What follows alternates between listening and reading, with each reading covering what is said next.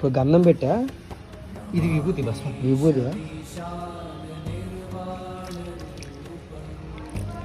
వర్షం పడుతుందనా?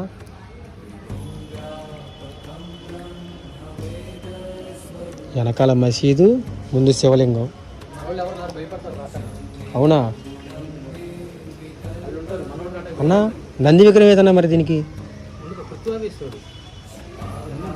నంది ఉండదా? మామూలుగా నంది ఉండదా? శివలింగం అంటే నంది ఉండాలి కదా.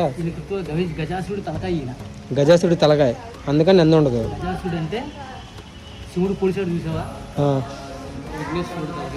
అవునవును, తలకాయ తీసేసి ఏనుగు తలకాయ పెట్టాము. ఆ తల ప్రదేశం ఇదే.